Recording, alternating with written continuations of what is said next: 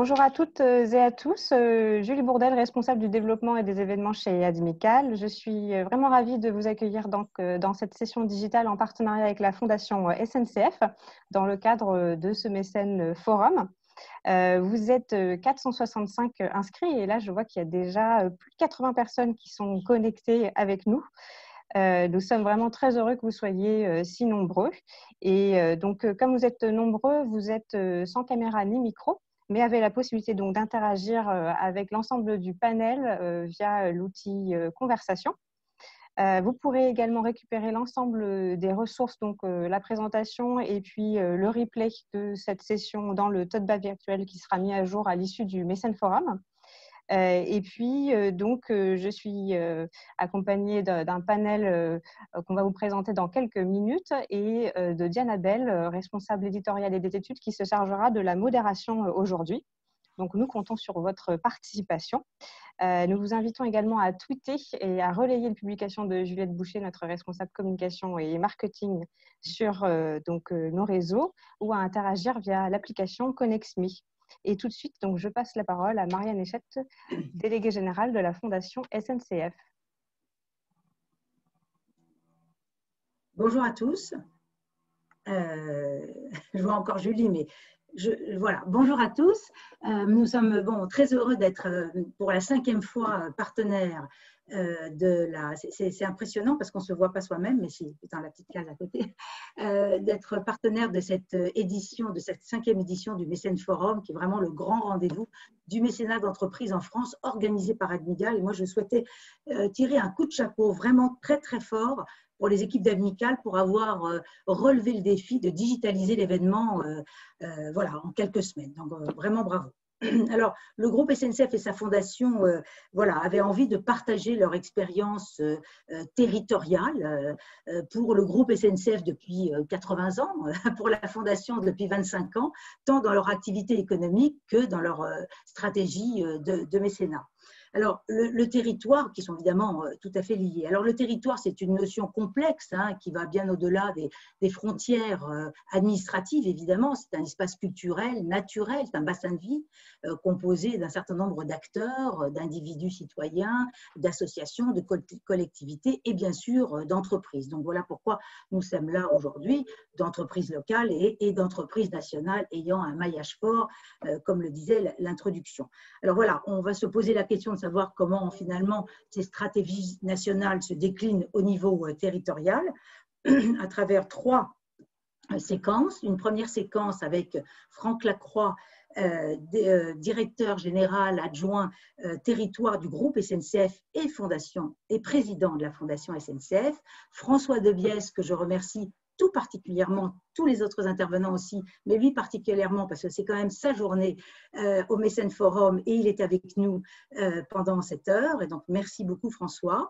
Nous avons également des témoignages des Hauts-de-France et de la région Auvergne-Rhône-Alpes avec nos correspondantes ici présentes, Marie-Anne Maire et Cédriane Moreau. Marie-Anne Maire, directrice des relations territoriales et de la communication, et Cédriane Moreau, directrice régionale pour Enactus France. Et puis, nous irons un peu plus haut vers le nord avec Stéphanie Baudry, qui est correspondante de la Fondation SNCF, et puis le responsable des relations entreprises de l'école de la deuxième chance de l'Artois.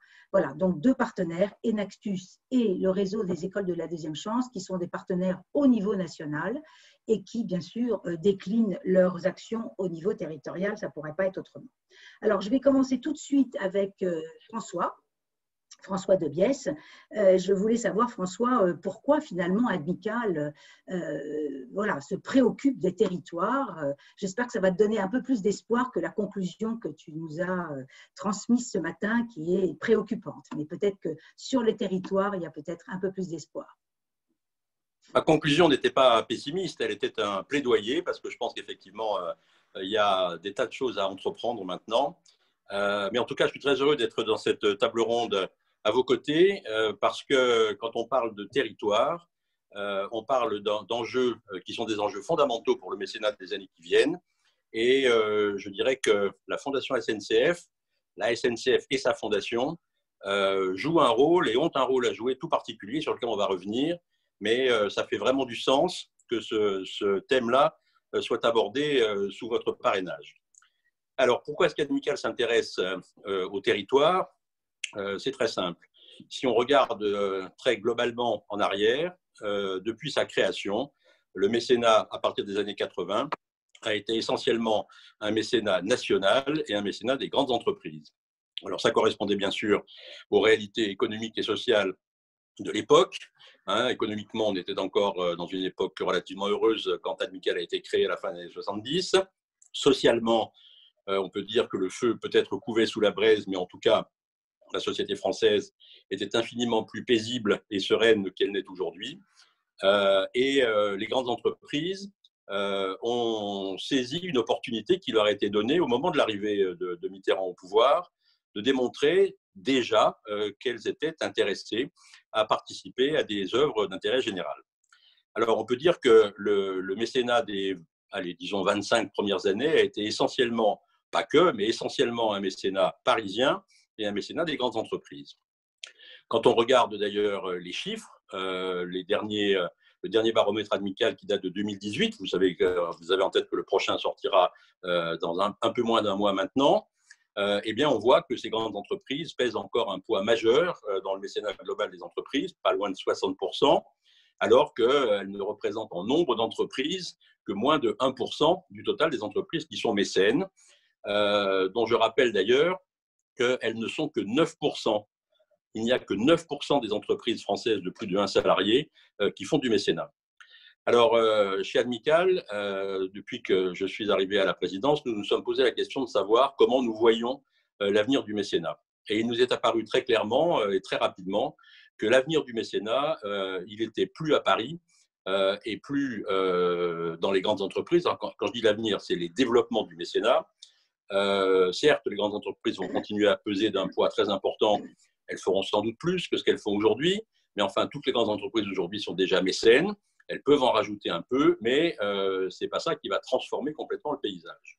En revanche, si on regarde ces 91% d'entreprises qui ne sont pas encore mécènes, eh bien, elles sont essentiellement dans les régions et elles sont essentiellement des entreprises de dimension petite ou moyenne, voire très petite.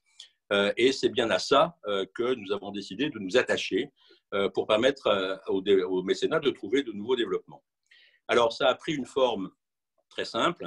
Nous avons pris notre bâton de pèlerin et nous sommes allés mener dans les régions un travail que je qualifierais peut-être d'évangélisation, mais le mot est un peu présomptueux, pour aller dans des villes petites, moyennes ou grandes, faire un travail de pédagogie et démontrer à des parterres d'entrepreneurs, puisque c'était ça notre cible, que le mécénat, c'est indispensable à la société. Beaucoup le savaient, pas tous, mais beaucoup le savaient, mais aussi que ça apporte à l'entreprise une dimension supplémentaire et la possibilité de démontrer sa capacité d'engagement dans la société autour d'elle et dans son écosystème. Donc, nous avons fait un nombre important de sessions sur un peu plus de 2 ans dans ces villes et nous avons eu je dirais, le plaisir et même l'honneur de voir que toutes ces manifestations ont été parrainées par les maires des villes, même les plus grandes, qui sont venus en introduction ou en conclusion de ces sessions, voire y ont passé la soirée entière, pour dire à quel point ils considéraient que le mécénat était une chose fondamentale pour la reconstruction territoriale, pour la mise en œuvre de projets de société nouveaux, pour l'innovation au service d'un projet social. Et ça, pour nous, c'était un discours extrêmement important parce que je pense que cette mobilisation, cette sensibilisation au niveau des collectivités territoriales est absolument fondamentale pour l'avenir du mécénat. Et donc, au terme de ce long voyage, eh bien, nous avons décidé, ça s'était fait d'ailleurs au fil un peu de nos sessions, de la création d'un réseau de délégués régionaux, qui sont d'ailleurs pour beaucoup des délégués régionales, de façon à avoir dans l'ensemble des régions métropolitaines des relais qui nous permettent de poursuivre ce travail d'évangélisation, c'est-à-dire de sensibilisation, de pédagogie, c'est-à-dire de formation, pour à la fois attirer plus d'entreprises vers le mécénat et pour ensuite accompagner les premiers pas de ces mécènes en herbe parce que, comme vous le savez, le monde du business et le monde du non-profit, ce n'est pas la même chose, ce n'est pas les mêmes méthodes, ce n'est pas les mêmes personnes. Et donc, il y a tout un apprentissage à faire pour pouvoir démarrer ce mécénat dans de bonnes conditions. Et donc, cet objectif régional, cet objectif de décentralisation, il va de pair, je pense, avec les besoins de la société française d'aujourd'hui. Nous avons une société qui est assez largement en souffrance, qui est fracturée, qui a besoin de se rassembler. Et l'entreprise a un rôle tout particulier à jouer à ce niveau-là, un rôle d'engagement. Il se trouve que de plus en plus d'entreprises aujourd'hui sont sensibilisées à ce point et prêtes à s'engager davantage. L'exemple de la Fondation SNCF, enfin de la SNCF, sur lequel on va s'arrêter largement, en est une magnifique illustration.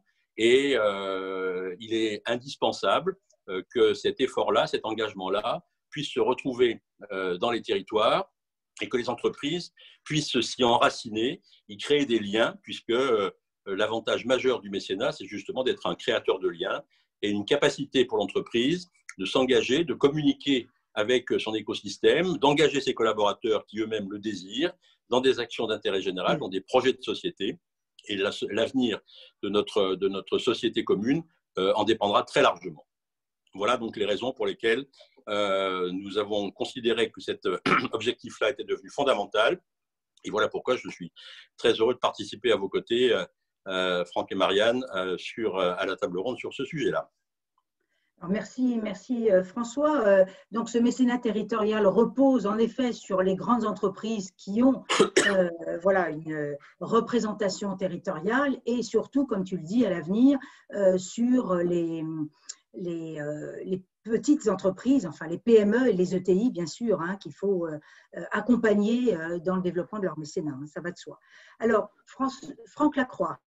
Je t'ai présenté tout à l'heure, tu as une casquette sur l'activité économique et industrielle de l'entreprise, et tu as réorganisé l'entreprise dans ce sens. Et par ailleurs, tu es président de la Fondation SNCF qui elle-même s'est territorialisée il y a déjà 25 ans. Alors voilà, raconte-nous un petit peu ce que veut dire stratégie territoriale pour le groupe et pour la Fondation.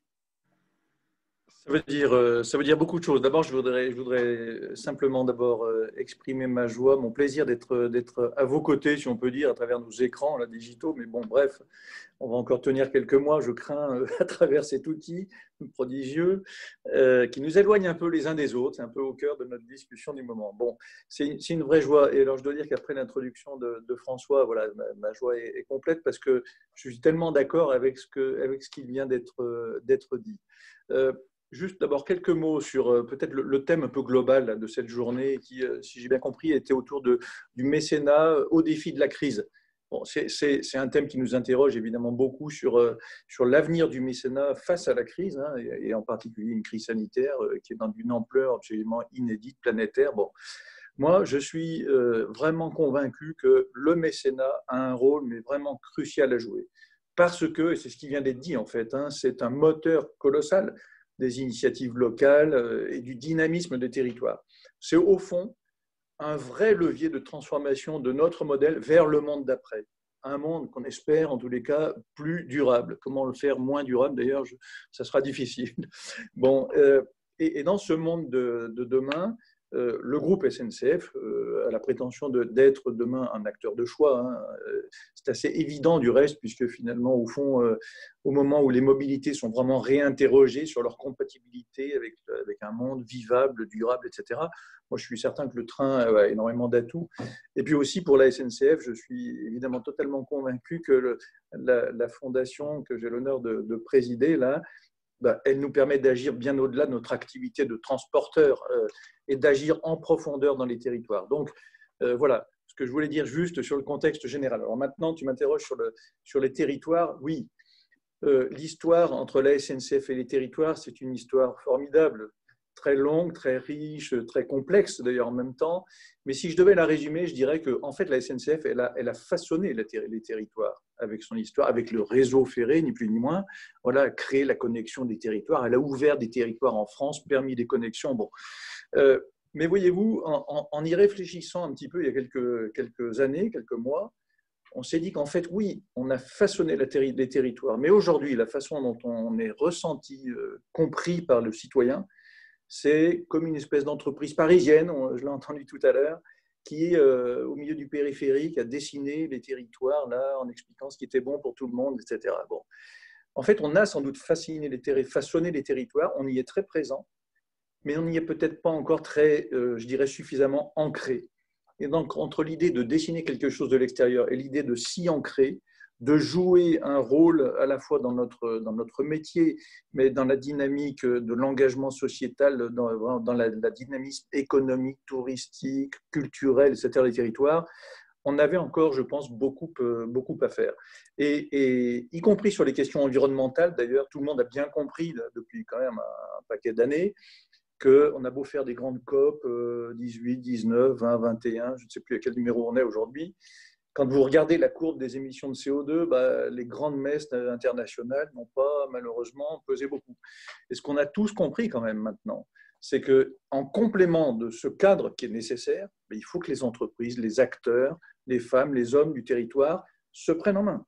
Et ils doivent se prendre en main sur les territoires. Et c'est un petit peu ce mouvement qu'on a décidé d'imprimer au sein de la SNCF, faire en sorte, au fond, qu'on s'ancre pour de vrai dans les territoires. Et c'est devenu, en fait, dans la stratégie de la SNCF, un des 4 points cardinaux de notre projet qu'on appelle Tous SNCF. Voilà. Et on pense, alors ce n'est pas seulement philanthropique d'ailleurs, il faut être aussi réaliste, ce que l'on pense, c'est qu'en étant plus à l'écoute des enjeux, plus agile, plus proche, eh bien, on apportera des vraies réponses concrètes sur les territoires, pas seulement donc dans notre domaine, mais de manière plus générale. Alors, pour faire ça, pour se donner les moyens, nous, à la SNCF, on a créé une espèce de grande direction qu'on appelait la direction de l'engagement sociétal et de la transition écologique, dans laquelle on a eu le bonheur de pouvoir prendre la fondation et la mettre à l'intérieur pour lui donner justement cette espèce de rayonnement qu'elle mérite amplement et qui lui permettra d'être encore plus intégrée finalement à la fois dans le monde extérieur et dans la société, dans l'entreprise. Voilà. Donc ça, on l'a fait. Ensuite, ce qu'on a décidé aussi de faire, c'est pour l'ancrer pour de vrai, il faut quand même qu'il y ait des gens sur les territoires qui aient en charge de faire fonctionner tout ça dans la diversité et la complexité d'un grand groupe comme celui que nous sommes. Et donc, on a créé des postes très concrets, qu'on appelle des coordinateurs régionaux, qui ont été nommés dans nos 11 régions métropolitaines, en dehors de l'Île-de-France et de la Corse. On a un peu oublié, mais à tort d'ailleurs, je pense, Marianne, il faut quand même qu'on pense aux Corses, il n'y a pas de raison. Voilà. Je pense qu'il y aura des amateurs. Certainement. Voilà. Et donc, ces personnes-là qui ont en charge, évidemment, de développer l'écoute des territoires, la proximité avec les acteurs du territoire, et puis de faire en sorte d'ailleurs que, au passage, le groupe soit plus lisible, plus simple voilà, dans son interface avec l'externe. Ces coordinateurs territoriaux qui sont désormais en place, ils ont donc en charge d'écrire une stratégie territoriale, et puis, bien entendu, de s'occuper aussi du business, quelque part, plus directement, la satisfaction de nos clients. Et un sujet qui est majeur, et singulièrement dans les temps qui courent, qui est ce qu'on appelle la solidarité emploi. Voilà. Alors donc, dans chacune de nos régions, ce que l'on souhaite faire, c'est déployer une vraie stratégie territoriale qui s'appuie sur ce que je viens de dire, la capacité de comprendre les territoires. Pour ça, on a décidé de développer une logique de diagnostic territorial stratégique, pour que dans chaque région, on soit vraiment à l'écoute de ce qui se passe pour de vrai dans chacun des territoires. Et c'est toujours différent. Ici, ce n'est pas pareil, mais oui, c'est vrai.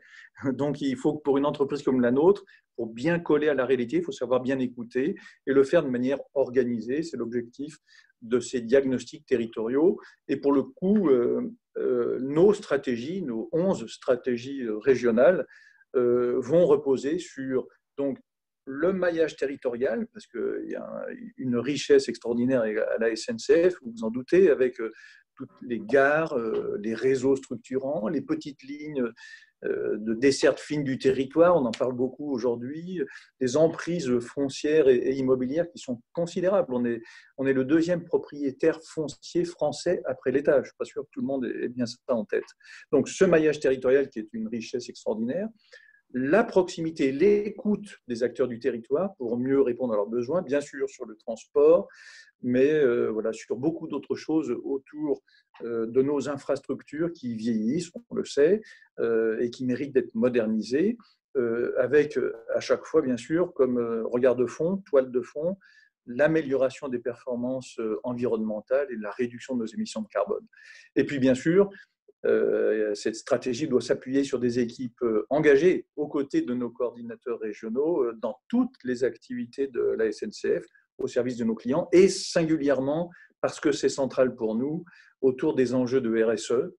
Et le mécénat, bien sûr, a un rôle absolument essentiel dans ce dispositif, grâce en particulier à l'action de la Fondation SNCF.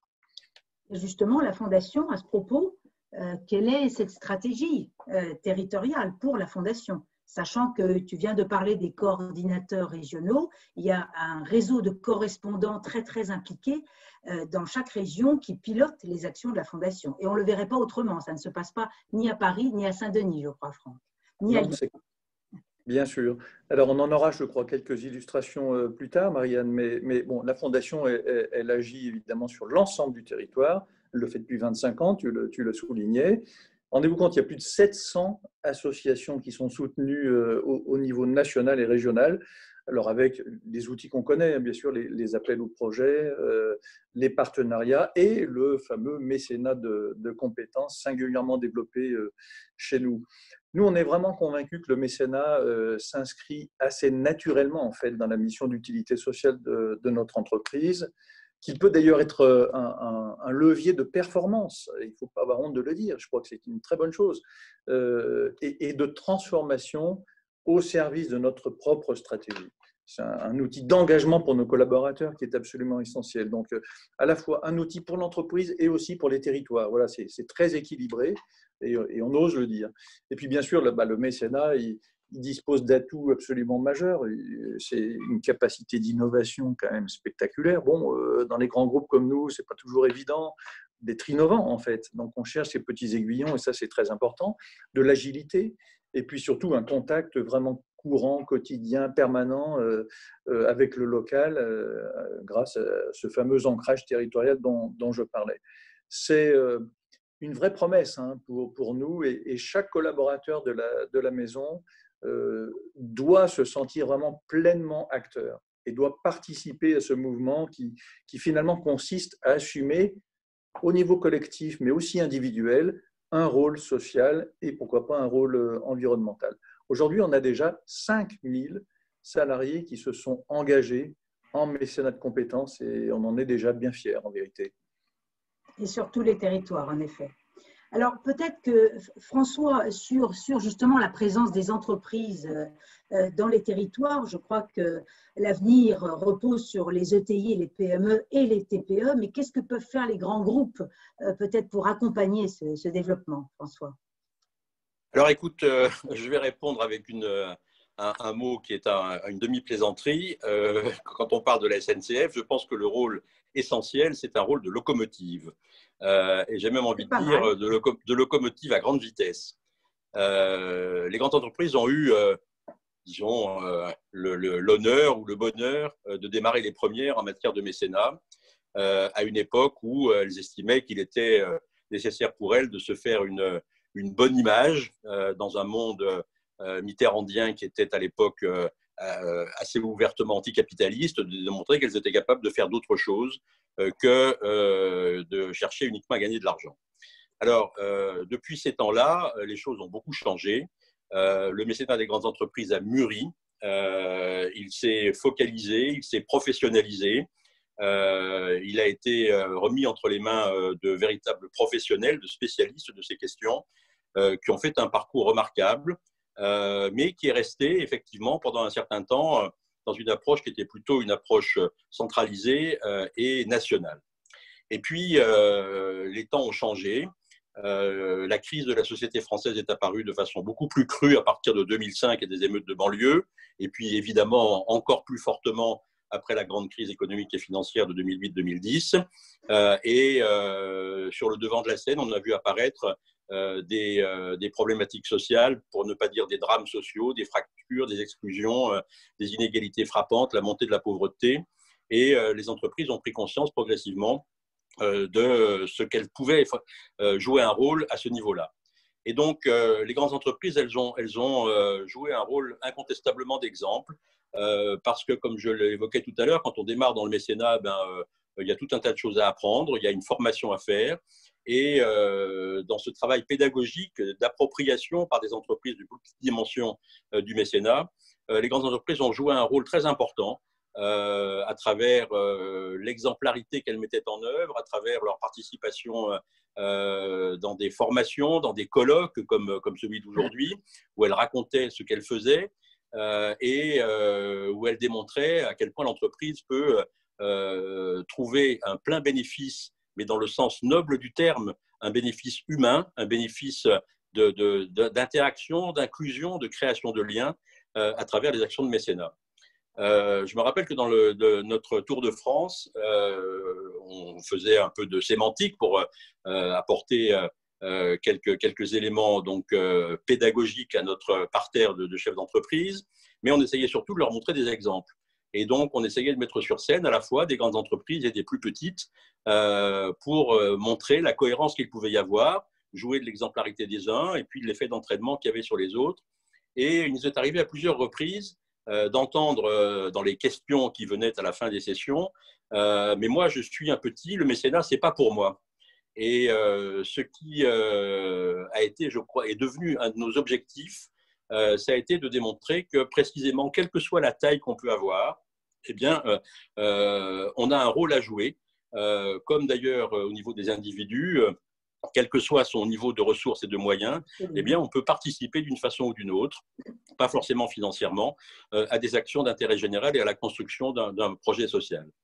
Et donc, on a pu voir de plus en plus d'entreprises petites, voire de start-up, inclure dans leur stratégie d'entreprise ces actions d'intérêt général et prévoir dès le départ, dès leur projet de conception, que leurs collaborateurs allaient pouvoir s'engager aux côtés de leur employeur dans les projets que l'entreprise soutenait et accompagnait. Et donc, cet aspect-là, il me paraît absolument fondamental aujourd'hui et d'autant plus fondamental qu'on va vers une approche de plus en plus collective du mécénat. Je pense que la reconstruction, la reconsolidation, la réunification de la société française, elle ne se décidera pas en centrale, elle ne sera pas décrétée top-down, elle se mettra en œuvre petit à petit sur le terrain, dans les territoires, et dans une approche de plus en plus collective entre le public et le privé, d'une part, et ça c'est une nouveauté formidablement importante dans notre monde jacobin, qui historiquement mettait une sorte de muraille de Chine entre ces deux mondes. Eh bien, cette muraille de Chine s'est lézardée, et aujourd'hui on voit à quel point les projets qui rassemblent le monde public et le monde privé eh bien, sont des projets porteurs d'avenir pour la société.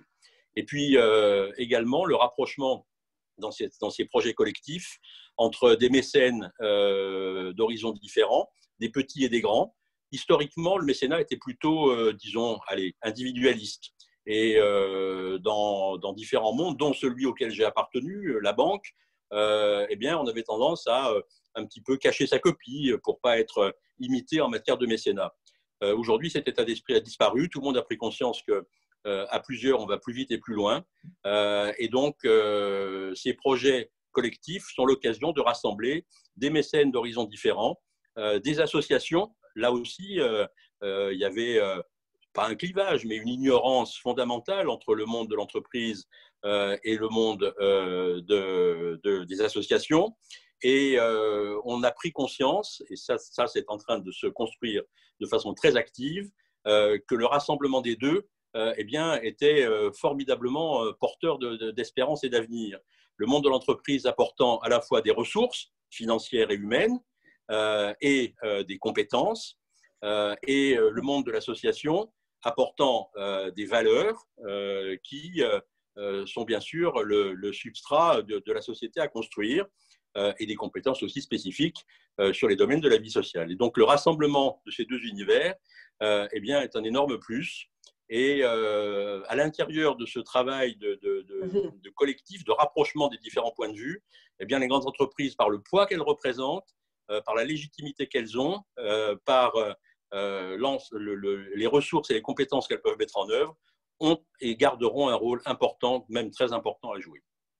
Merci François. Alors Franck, peut-être quelques mots sur l'action qu'a menée le groupe et la Fondation pendant la crise et au fond, qu'est-ce qui résonne avec ce nouveau projet d'entreprise dont tu es l'un des porteurs principaux?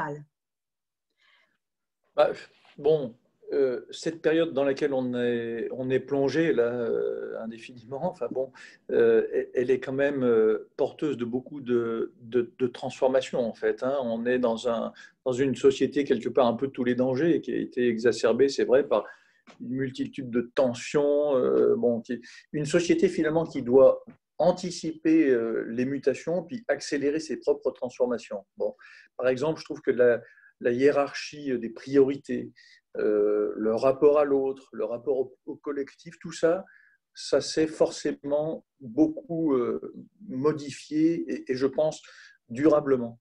La notion d'intérêt général, par exemple, nous on a senti qu'elle, bien sûr, elle prend tout son sens dans cette période-là, mais finalement les rôles des différentes strates, enfin l'État au premier plan, les collectivités territoriales, tous les acteurs des services publics qui sont nombreux, qui sont en première ligne, mais aussi les puissances économiques qui se trouvent sérieusement fragilisées. Bon, voilà, tout ça doit se redessiner. Tous ceux qui quelque part s'engagent doivent en fait reconsidérer leur place, leur stratégie, comme on vient de le dire, et au fond leur utilité. Et les mécènes n'échappent pas à cette règle, ceux qui sont capables d'apporter de l'innovation, de la philanthropie, pour que quelque part construire un peu ce monde d'après, en espérant qu'il soit meilleur finalement que celui qu'on a construit jusqu'à maintenant. Donc nous, effectivement, on a essayé de faire preuve de réactivité, de créativité, de mobilisation pour nos équipes qui étaient, comme tout le monde, un peu confinées, qui étaient en attente d'action, etc. Il y a eu un vrai élan, on a trouvé au sein de l'entreprise d'ailleurs et chez nos collaborateurs. Pour le coup, on a notamment créé un fonds de solidarité, 27 associations dans les régions, bien sûr, singulièrement les plus en difficulté, en ont bénéficié, également avec une charte contre la pauvreté qui a été signée, par exemple, dans la région Grand Est. Je pense que c'était une belle illustration de ce que nous avons fait. Et puis, bien sûr, on a multiplié toutes les missions de mécénat de compétences, donc à distance forcément, mais qui ont pu voir le jour et se multiplier. C'était aussi une belle réussite. En fait, voilà, cette crise pandémique d'abord, je dirais économique ensuite, et puis sociale malheureusement derrière. Elle va toucher, on le sait, profondément notre pays. Elle va créer des vrais besoins urgents. On pense en particulier à la population des jeunes, toute cette grande partie de notre société qui représente l'avenir. Enfin, les jeunes, c'est la génération d'après, c'est le monde d'après, dont on sait qu'elle va être particulièrement touchée par la crise que l'on traverse. Celle-ci, elle nous interpelle. On a envie de se mobiliser vers elle, d'orienter vers elle en fait toutes nos actions et singulièrement celles de la Fondation pour les permettre de mieux s'intégrer dans le monde de demain et surtout s'y intégrer en le construisant, en apportant leur propre initiative dans cette logique de responsabilisation individuelle dans un effort collectif. Et voilà, c'est la raison pour laquelle nous, on pense que voilà, il faut probablement qu'on fasse encore plus pour cette jeunesse. Merci Franck. Alors peut-être un dernier message de chacun de vous, peut-être, avant de passer à la séquence 2 et de donner la parole au territoire, puisqu'il y a une séquence 3 dont je n'ai pas parlé tout à l'heure, qui est une séquence 3 qui est consacrée aux participants pour des questions. Et comme l'heure tourne, on va peut-être demander maintenant à François et à Franck, eh bien, si vous aviez un message particulier à passer, quel serait-il? Très brièvement. François, peut-être? Alors, moi, très brièvement, si j'ai un message pour le président de la Fondation SNCF et le directeur général adjoint de la SNCF et pour la patronne de la Fondation, eh bien, c'est de continuer et d'intensifier encore le combat que vous menez depuis des années. La SNCF représente quelque chose de très particulier dans la société française. Très particulier d'abord parce que depuis toujours, historiquement, vous êtes à la frontière du monde public et du monde privé. Et je transcende un petit peu les notions purement juridiques à ce niveau-là. Et ensuite parce que la décentralisation, le territoire, les régions, c'est votre ADN, c'est votre structure, c'est votre raison d'être.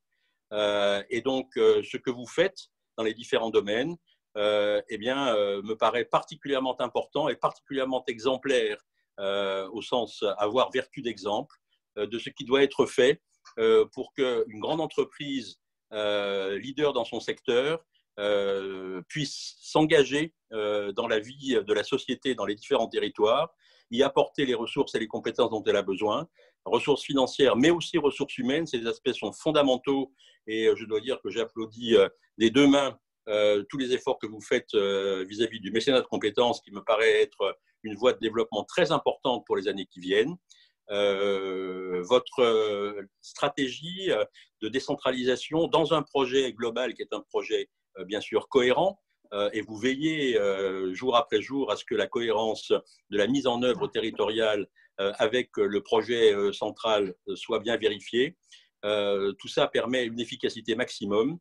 Tout ça est source d'inspiration pour d'autres grandes entreprises et aussi pour les petites qui, à vos côtés, ou en complément de ce que vous faites, peuvent s'engager d'une façon aussi importante que vous dans la vie des territoires. Donc, mon message, il est très simple, continuez le combat. Merci François. Nous ne sommes évidemment pas les seuls à mener ce combat, hein. Il y a des milliers d'entreprises et beaucoup de grands groupes à nos côtés. On partage ça, bien sûr, avec les autres. Franck, un dernier mot. Quel serait le message que tu passerais? Puis on va passer après au territoire. Bref, c'est difficile, mais enfin, moi, j'ai juste envie de dire que, enfin, quand François dit tout à l'heure que l'avenir n'est plus à Paris, moi, j'aime bien cette phrase qui est sans doute un peu caricaturale et Certes. Que les Parisiens nous pardonnent. Mais oui, je pense que le fait que les réalités locales guident les stratégies des entreprises, et singulièrement des entreprises mécènes, c'est ça l'avenir. La richesse des territoires, c'est extraordinaire. Nous, ce qu'on a découvert à travers justement la richesse de la diversité, voir le monde depuis les territoires, ce n'est pas du tout le même que celui que l'on voit depuis le périphérique parisien. Il est beaucoup plus beau, il est beaucoup plus varié, il est beaucoup plus vrai. C'est là que les choses se passent et il n'y a pas que des grands groupes à Paris, il y a toute l'immensité des entreprises du territoire faites de femmes et d'hommes qui sont prêtes à relever leurs manches au service de la société de demain, de leurs concitoyens. C'est là que ça se passe. Merci Franck pour ce dernier mot. Merci François et Franck de rester avec nous jusqu'au bout, bien entendu, pour pouvoir répondre aux questions des participants. Je pense qu'en effet, le mécénat, il peut à la fois se décider au niveau national et territorial. C'est peut-être l'articulation des deux. On a besoin les uns des autres pour fonctionner, me semble-t-il. Donc, merci à tous deux. Donc cet ancrage territorial, il est très présent, vous l'avez compris, c'est un des leviers d'action de la Fondation SNCF en particulier, qui repose sur 15 correspondants qui pilotent, identifient et suivent les fameux 700 projets dont parlait Franck tout à l'heure, et je les en remercie tous les jours évidemment avec notre équipe nationale. Et nous accueillons aujourd'hui 2 régions en particulier qui vont nous parler justement de cette articulation nationale et territoriale que j'ai envie d'ailleurs de mettre au même niveau. C'est pas national et territorial, c'est national et territorial au même niveau. On va commencer par la région Auvergne-Rhône-Alpes. Hein, je ne vais pas dire Aura, c'est pas joli. Auvergne-Rhône-Alpes, voilà. Avec Marianne Maire, directrice des relations territoriales et de la communication du groupe SNCF et particulièrement SNCF Voyageurs, et Cédriane Moreau, directrice de l'association Enactus pour la région Auvergne-Rhône-Alpes. Alors Marianne, est-ce qu'on peut te voir? Oui, je suis là. Tu es là. Bonjour. Tu es là. Merci d'être là. Donc, tu es à Lyon, c'est ça? Oui. Hein, voilà. Lyon. Là, je suis au nord de Lyon, dans la campagne, autour de Lyon. Dans la campagne. Alors, voilà, comment se fait concrètement, voilà, sur ton territoire, la déclinaison de cette stratégie globale que vient de nous exposer Franck? Ce que je voudrais juste dire en appui de ce qui vient d'être dit par nos 2 orateurs, c'est qu'il y a vraiment 2-3 mots-clés qui nourrissent l'action au cœur du territoire. On a parlé d'exemplarité, M. Debiès l'a dit, de responsabilité de l'entreprise, Franck l'a dit. Au-delà de ça, je dirais qu'il y a vraiment la nécessité aujourd'hui de faire sens, et on la ressent de manière beaucoup plus poignante encore qu'il y a quelques mois à peine. Faire sens, donner du sens, et l'action de la Fondation, l'action du mécénat nous permet très concrètement de montrer chaque jour, chaque geste en fait compte et chaque geste fait sens. Ça donne du sens à nos collaborateurs, ça donne du sens à ce qu'on fait sur le territoire. Et c'est ce qui se passe dans l'illustration qu'on veut porter avec Enactus, parce qu'en fait, il y a des stratégies d'entreprise, une culture d'entreprise en fait qui essaime dans les différentes entités. Et après, sur le territoire, il y a une réalité des bassins de vie qui sont même au sein d'une même région très divers. Et singulièrement pour Lyon et Grenoble, on a une forte tradition autour de l'économie sociale et solidaire, un fort ancrage. Et c'est par ce biais-là qu'on a pu trouver, avec Enactus, un levier pour avancer sur des opérations très concrètes et qui servent vraiment de manière pragmatique les besoins de notre territoire. D'accord, merci Marianne. Alors, Cédriane Moreau, donc vous êtes directrice d'Enactus en Auvergne-Rhône-Alpes. Alors, Enactus, grande communauté qui agit en faveur de l'entrepreneuriat des jeunes et des étudiants en particulier, qui est présent d'ailleurs déjà dans 4 régions, mais on va aujourd'hui parler de la région Auvergne-Rhône-Alpes. Alors, dites-nous un peu, parlez-nous d'Enactus et du travail que vous avez entrepris avec la Fondation SNCF. Oui, bonjour, merci à tous. Merci Marianne. Très rapidement, Enactus, c'est une association qui est experte de la pédagogie expérientielle, c'est-à-dire apprendre en faisant et de l'engagement. Et on s'est donné pour mission d'accompagner des lycéens, des étudiants et des professionnels à développer leurs compétences en passant à l'action et en montant des projets entrepreneuriaux au service de la société. Voilà, et on a le plaisir d'être soutenu par la Fondation SNCF sur notre volet lycéen, voilà, puisqu'on accompagne des lycéens à développer leurs compétences, leur savoir-être, leur savoir-faire. Ce sont essentiellement des lycéens en lycée professionnel et en quartier prioritaire.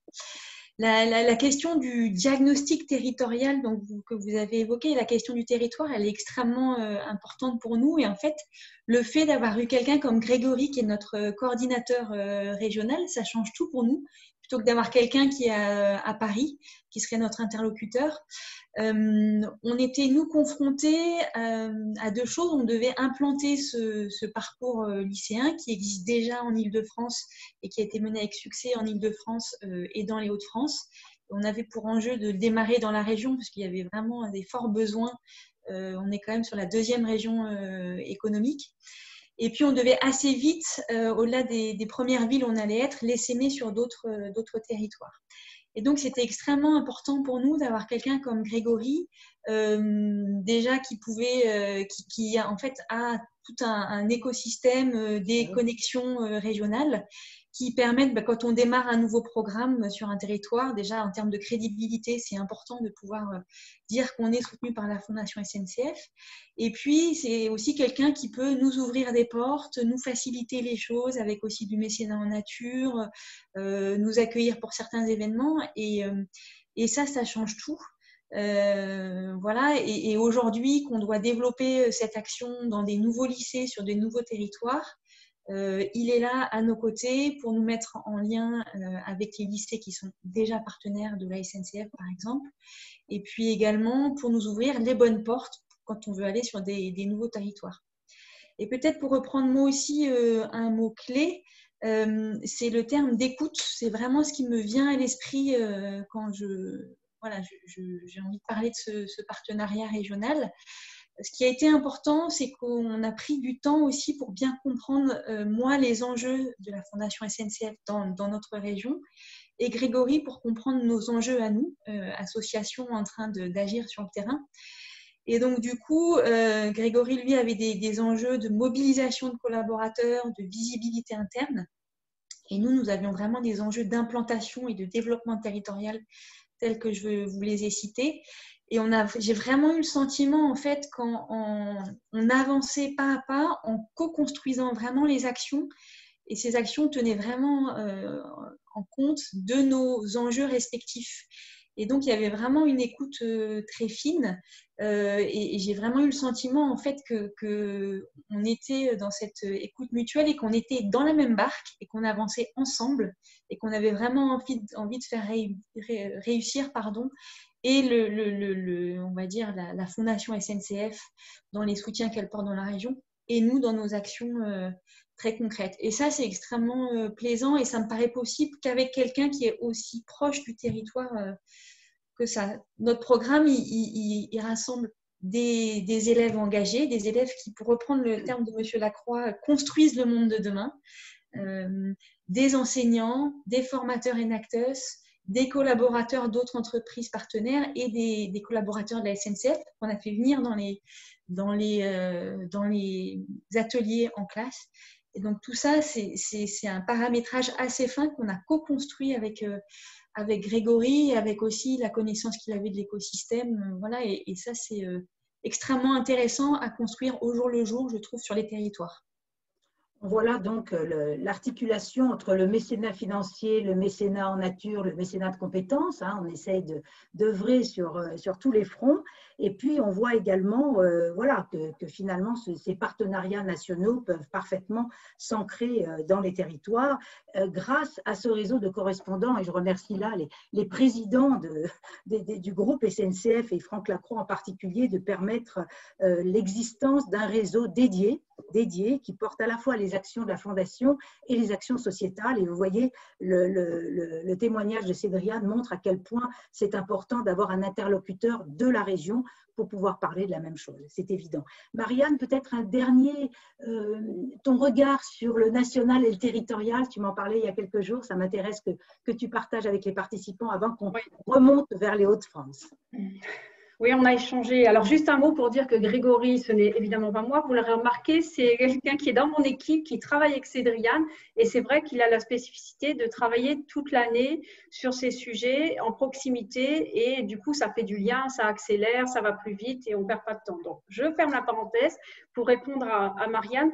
Effectivement, ce que je trouve vraiment très intéressant, entre des stratégies nationales d'entreprise et ensuite ce qui peut se passer en région, comment on peut le porter, comment on peut culturellement se l'approprier et le faire vivre, c'est cet essaimage en fait, c'est le mot c'est vraiment le mot qui pour moi résume un peu la façon dont on travaille.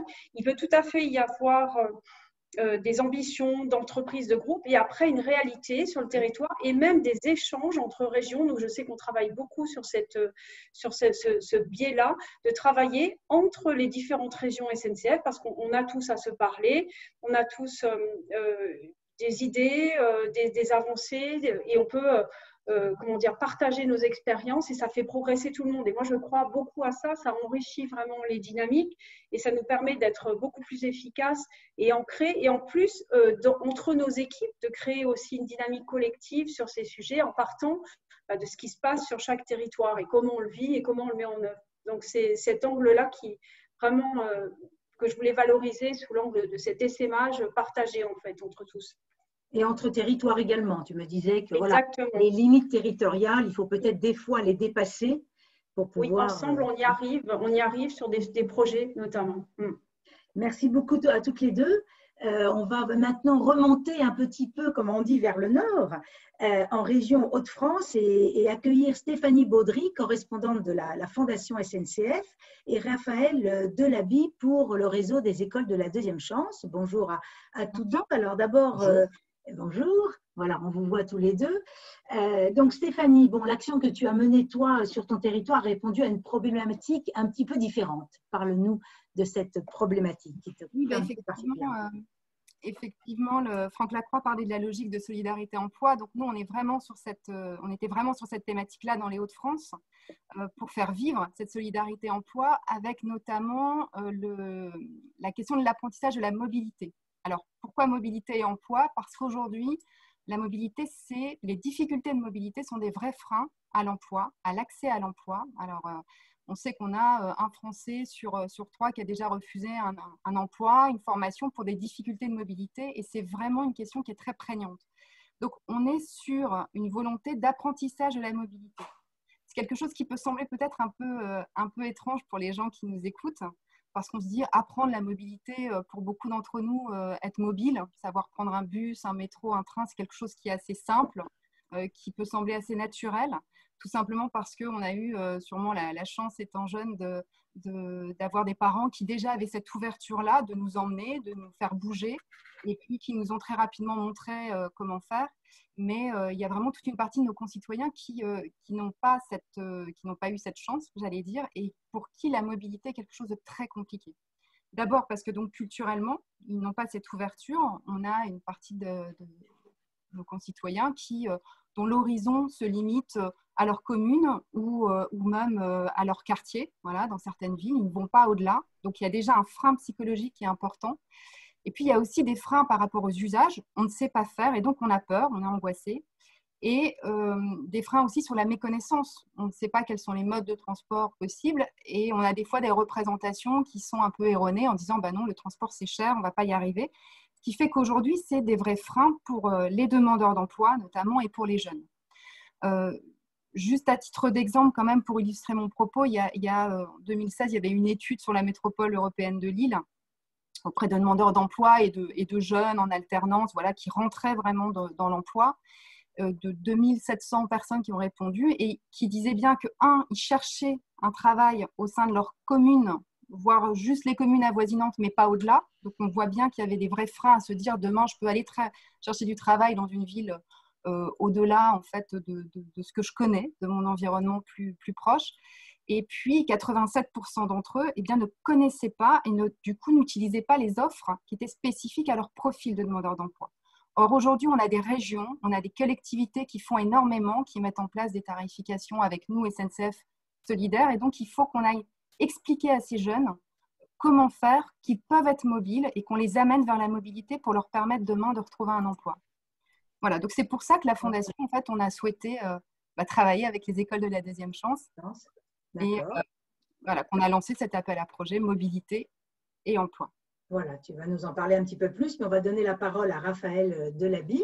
Alors donc, en effet, Raphaël, qui représente donc le réseau des écoles de la deuxième chance, ce réseau que soutient la Fondation SNCF, comme beaucoup d'autres entreprises, heureusement, depuis des années, à la fois financièrement, en mécénat de compétences et via un certain nombre de séminaires d'équipes solidaires que nous mettons en place avec vous. Voilà, avec bonheur pour accompagner tous ces jeunes qui cherchent leur place dans la société. Alors, donc, Raphaël, à vous de nous parler un petit peu de l'école de la deuxième chance et de l'action que vous avez mise en place justement dans cette région.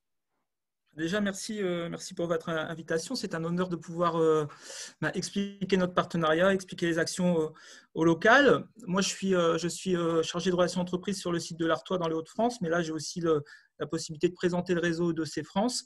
Donc, le réseau EDC France, en quelques mots, c'est plus de 50 écoles, 130 sites sur le territoire, dans tout le territoire français.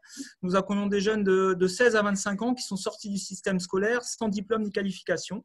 Et nous les accompagnons sur leurs projets professionnels, de la remise à niveau, découvrir un métier, trouver un métier qu'on aime, et aussi sur tout un volet citoyen et mobilité sur lequel les équipes SNCF nous aident beaucoup.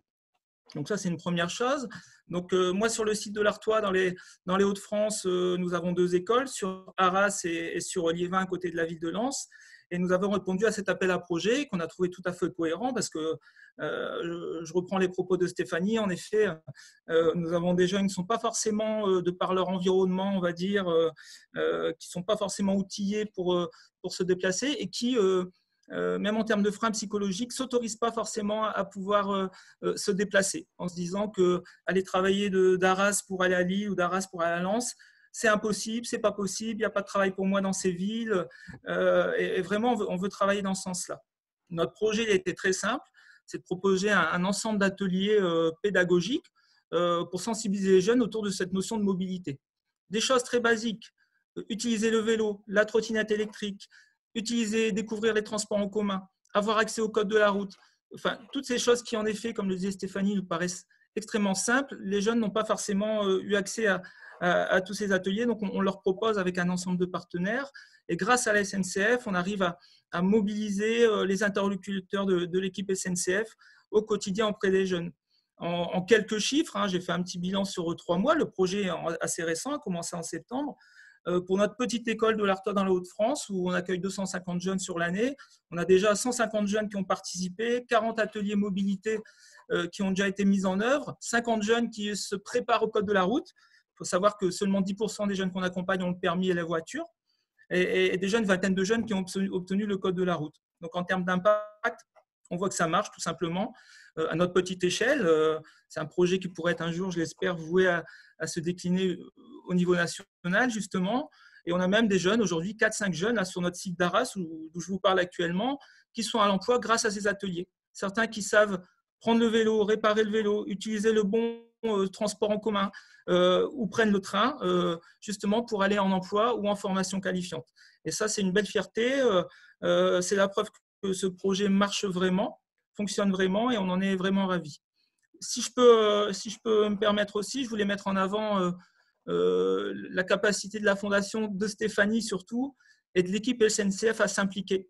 On a des équipes mobilité, fondation, les équipes RH qui accompagnent nos jeunes au quotidien et qui le font vraiment avec simplicité, vraiment dans une facilité de contact, et vraiment ce côté mobilisation, pour nous, c'est important parce que impliquer autant de collaborateurs, c'est pérenniser notre partenariat, c'est le développer et c'est nous aider aussi à innover, à échanger ensemble, à évaluer. Donc, on en est vraiment ravis. On espère que ça va continuer ainsi, mais on en est sûr. En tout cas, un grand merci à l'équipe SNCF pour ce beau partenariat. Merci Raphaël, parce que c'est vraiment un beau témoignage. Ça fait du bien pour toutes les équipes qui se sentent concernées et qui participent voilà, très spontanément Oui. voilà, à votre action. Une dernière réaction, peut-être Stéphanie, avant que Franck et François puissent réagir et qu'on ait quelques questions des participants, puisqu'il nous reste encore un quart d'heure. Non, ce que je voulais juste dire, c'est rebondir. Effectivement, on peut avoir des fois le sentiment qu'on sollicite qu'on est là pour apporter un soutien financier. Mais on va vraiment au-delà, et on le voit bien avec Raphaël, on est dans de la co-construction. Quand là, on veut tester par exemple aussi des nouveautés, des initiatives, on peut faire appel à l'école de la deuxième chance pour venir et tester ces choses-là pour la SNCF. Il y a vraiment des partenariats très forts qui se mettent en place. Et puis, il y a le mécénat de compétences où là, nos salariés, ils sont vraiment engagés. Donc, ce n'est pas que du soutien financier, c'est de la co-construction de projets. C'est un apport voilà, en engagement de collaborateurs pour participer à des forums, à des stimulations d'entretien, à des ateliers. Et ça, c'est très riche aussi humainement. On va vraiment au-delà. Alors, moi, je voulais donc justement dire que ces partenariats qui ont été signés pour les deux, Enactus et Réseau des écoles de la deuxième chance au niveau national, ils prennent corps dans les régions. Vous voyez bien que la décision peut être quand même parisienne ou dionysienne, mais elle prend corps dans les territoires. Voilà, donc voilà, l'un n'exclut pas l'autre. Je crois que c'est assez important de se dire ça. Peut-être que Franck et François, une petite réaction avant de prendre quelques questions des participants, et Marianne aussi, si elle le souhaite. Oui, je pense que si je réponds en premier, je pense que Franck a dû être très très content de ce qu'on vient d'entendre, Bien sûr, parce que c'est une magnifique illustration des propos de réflexion stratégique que vous avez tenus en préambule et qui montre bien que cette philosophie globale de la Fondation SNCF, sa volonté et la volonté d'engagement de la SNCF dans la société, eh bien, prend corps de façon très, très précise dans les territoires avec l'appui d'associations locales, mais qui vont être à la fois le gage de l'efficacité donc de l'impact social, et c'est une préoccupation très importante, qui vont être au gage aussi de la création de liens à travers le mécénat de compétences. Et je suis très, très content d'entendre qu'effectivement, au quotidien, eh bien, on voit cette dimension-là du mécénat, cette dimension humaine du mécénat prendre une place de plus en plus importante. Et l'accompagnement se faire un gage à long terme de l'efficacité du mécénat. Absolument. Marianne, peut-être vous voulez réagir avant de donner la parole à Franck. Ah oui, je ne parlerai pas après le président de la Fondation, je parle avant. Juste pour dire que cet exemple, très précisément de l'apprentissage, de la pédagogie de la mobilité, c'est vraiment l'exemple d'un essaimage réussi entre les régions. Parce qu'on est plusieurs à avoir décidé que pour nous, c'était quelque chose d'important d'accompagner ces jeunes qui sont culturellement éloignés de la mobilité, qui sont éloignés économiquement, sur le plan digital. Enfin, voilà. Et donc, de les accompagner sur des premiers pas qui, pour nous, peuvent paraître évidents. On a l'impression que tout le monde sait comment ça fonctionne, mais pas du tout. Et je rejoins ce qu'a dit M. Delaby. C'est comme ça qu'on peut les aider aussi très concrètement, très simplement par la preuve, à aller vers ce qui doit être leur avenir à eux, hein, professionnellement, pour les études. Et je suis très contente qu'on arrive entre plusieurs régions à travailler ensemble sur ces thématiques, parce que ça nous sert collectivement. C'est exactement l'illustration de ce que je voulais dire. Merci. C'est pourquoi d'ailleurs, merci. Et c'est pourquoi cet appel à projet national, un projet insertion professionnelle et mobilité que nous avons co-créé avec le réseau des écoles de la deuxième chance. Et il y a eu des lauréats partout en France, mais on a mis à l'honneur aujourd'hui les Hauts-de-France. Franck, un dernier mot peut-être avant d'éventuellement répondre à quelques questions de participants. Non, mais ça me réchauffe le cœur d'une manière extraordinaire, ce qu'on a entendu là, parce que c'est exactement ça. C'est une illustration parfaite de ce que l'on essaye de faire dans une logique, tu l'as très bien dit, Marianne, où quelque part il y a un cadrage, une impulsion qu'on essaye de donner au niveau national de la Fondation. C'est bien notre rôle, c'est normal. On donne une orientation, on donne du sens. Vous avez compris, un sens qui se veut le plus cohérent possible avec le projet tout entier de transformation de l'entreprise, qui trouve vraiment maintenant matière à s'organiser autour de notre stratégie de RSE, qui est majeure, dans une période qui en a grandement besoin. Mais vous voyez, cadrage, impulsion, j'ai presque envie de dire ça suffit pour nous. Il faut aussi un peu travailler le lâcher-prise dans nos grands groupes qui veulent tout contrôler, etc. Moi, je pense que c'est souvent un peu, voilà, ça émascule un peu. Je ne trouve pas un autre mot plus adapté en vérité, mais vous voyez ce que je veux dire. Je pense que cette logique de décentralisation, de responsabilisation, de confiance et d'ouverture, c'est vraiment la promesse d'une multiplication colossale de la petite énergie qu'on essaye de définir nous-mêmes à notre modeste niveau. C'est vraiment une illustration d'une force extraordinaire que recèle la société, sa capacité à se prendre en main de manière collective. Je voyais dans les questions qui arrivaient sur le thème, mais nous, comment vous pouvez aider les PME, les choses comme ça? C'est comme ça. Nous, on doit pouvoir mieux se connecter aux autres en étant ouverts, avec un esprit de faire fonctionner un réseau à partir du terrain. J'y crois vraiment fondamentalement. Donc, merci à toutes et tous là, pour vos belles illustrations. Ne partez pas tout de suite. Alors, il y a probablement quelques questions. Je laisse la parole à Diane pour nous transmettre quelques questions. Oui, tout à fait. Alors, on n'a plus beaucoup de temps, donc ce que je vous propose, c'est de faire une petite sélection tout de suite et vous pourrez répondre aux questions que j'ai relevées. Donc, effectivement, beaucoup de participants s'interrogeaient sur l'articulation du travail entre les grandes entreprises et les petites, pourquoi pas au sein d'un collectif ou non. Donc, comment la Fondation SNCF se positionne sur le sujet. On avait également une question sur l'évaluation de l'impact. C'est un sujet aujourd'hui dont beaucoup de monde parle, mais qui peut parfois faire peur à certaines entreprises mécènes ou associations. Donc, comment ça se passe pour vous avec les associations que vous soutenez? Et puis, pour les mécènes qui souhaitent également renforcer leur action en région, quels sont les leviers opérationnels et l'organisation en interne. Donc, on a déjà parlé de la création d'une direction de l'engagement, du renforcement du réseau des correspondants, mais concrètement, est-ce que vous pourriez donner déjà quelques exemples de choses à mettre en place? Je vais laisser Franck répondre à la troisième question.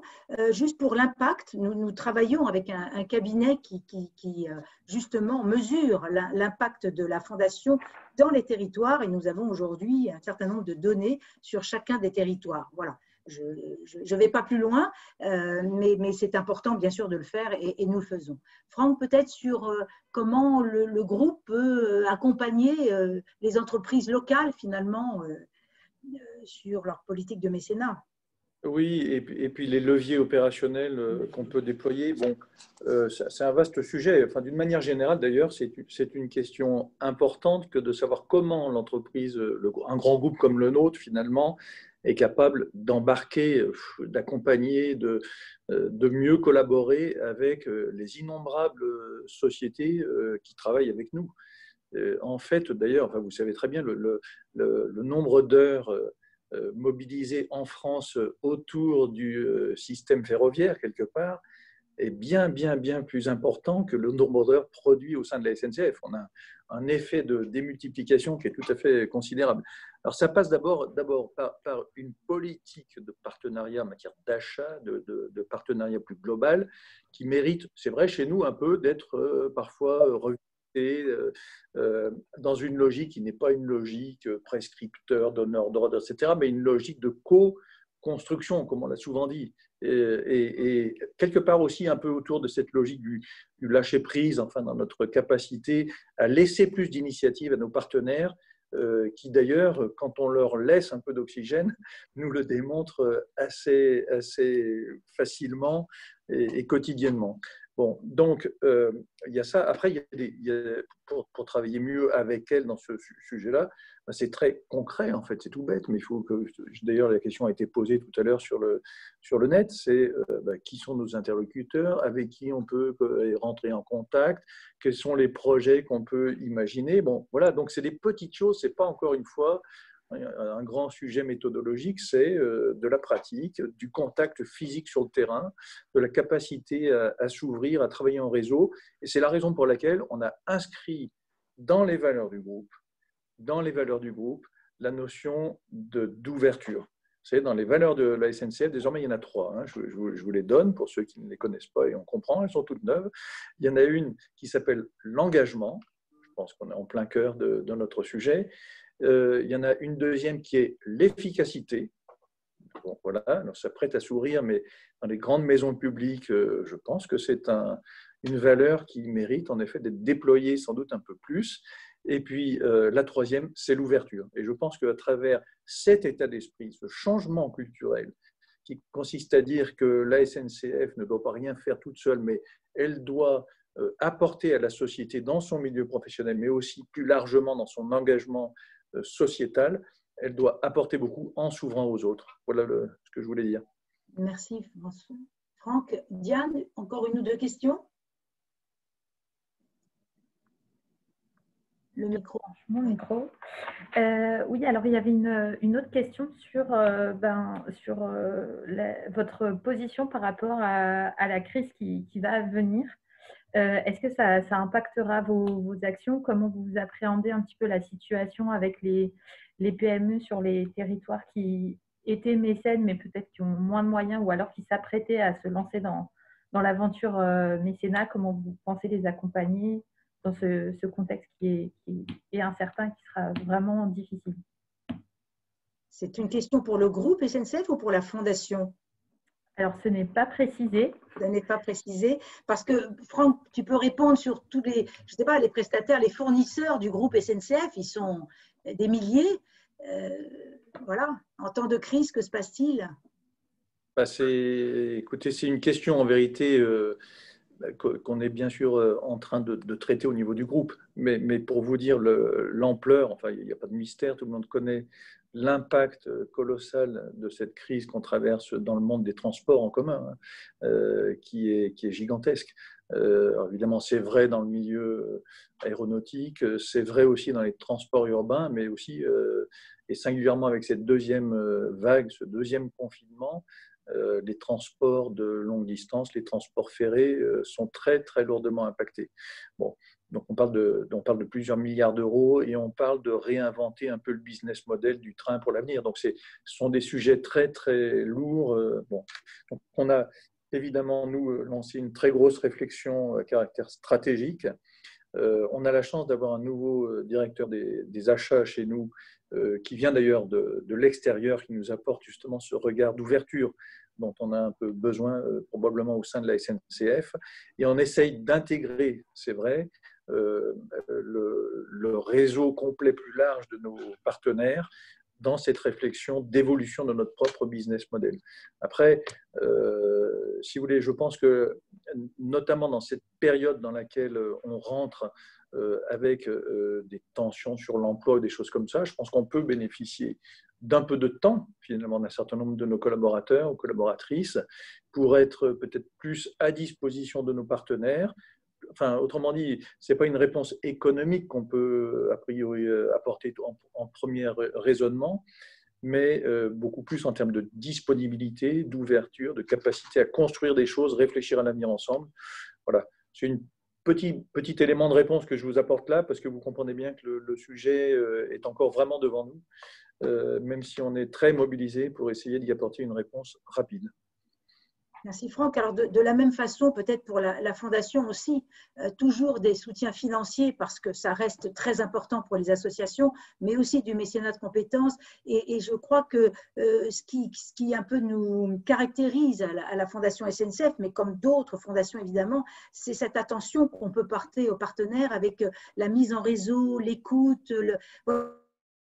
ensemble, hein. C'est vraiment ce qu'on souhaite. Donc, ce temps dont parlait Franck, il est vraiment très précieux aussi, hein. Voilà, de l'argent, des compétences et aussi de la disponibilité et du temps, de l'attention portée aux autres. C'est très important.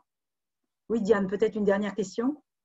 On avait une autre question aussi sur les alliances locales entre les grandes entreprises et les petites entreprises.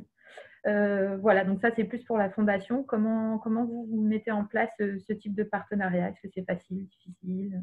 Écoutez, dans les territoires, je crois qu'il y a encore beaucoup à faire. Il y a beaucoup de cercles de mécènes et parfois la SNCF y est, mais je crois que c'est plus souvent d'ailleurs des cercles de PME, de TI, hein, mais je crois que les grands groupes ont leur place. En revanche, au niveau national, nous construisons des alliances comme l'Alliance pour l'éducation, l'Alliance pour le mécénat de compétences, mais régulièrement. Voilà, dans le groupe SNCF, voilà, la co-construction, ce n'est pas un vain mot, hein, ce n'est pas une incantation. On crée des alliances, mais je pense qu'on a encore fort à faire dans les territoires et je pense qu'on va s'y appliquer avec Admical d'ailleurs pour co-construire aussi dans les territoires et fabriquer du commun à l'intérieur des territoires avec nos correspondants de la Fondation. Du coup, j'en profite pour ajouter que les coordonnées des correspondants de la Fondation sont disponibles sur le site internet, voilà. qui se trouve sur le site du groupe. Voilà, le lien est sur le chat si vous voulez les retrouver. Je ne sais pas si d'autres… voilà, il est 45. Moi, je vais remercier les intervenants. C'est passé très, très vite. Il y a peut-être quelques questions via le chat. J'espère que ça vous a intéressé, sachez que la Fondation… Merci François également de ton temps. Vraiment, merci beaucoup. Déjà, c'était une grande, belle matinée ce matin qui va se poursuivre par d'autres débats. Voilà, vous remercier. On est très présent à la Fondation SNCF, toute l'équipe nationale, tout le réseau des correspondants et sur le pont pour accompagner à la fois les associations et toutes les entreprises qui souhaiteraient voilà, qu'on fasse des choses ensemble. Voilà, merci beaucoup. Merci beaucoup Marianne d'avoir animé brillamment cet atelier. Et puis donc je tenais à remercier bien sûr la Fondation SNCF pour donc votre soutien sur donc le Mécène Forum et précisément sur cette session. Merci à toutes et à tous d'avoir participé donc activement via le chat à cette session et donc nous vous donnons rendez-vous pour la prochaine session dès 16h donc en lien avec la Fondation Total sur la question suivante: en quoi la crise a-t-elle modifié l'accompagnement des partenaires associatifs et renforcé les besoins extra-financiers? Merci beaucoup et à tout de suite. Merci aux 200 participants. Au revoir. Merci.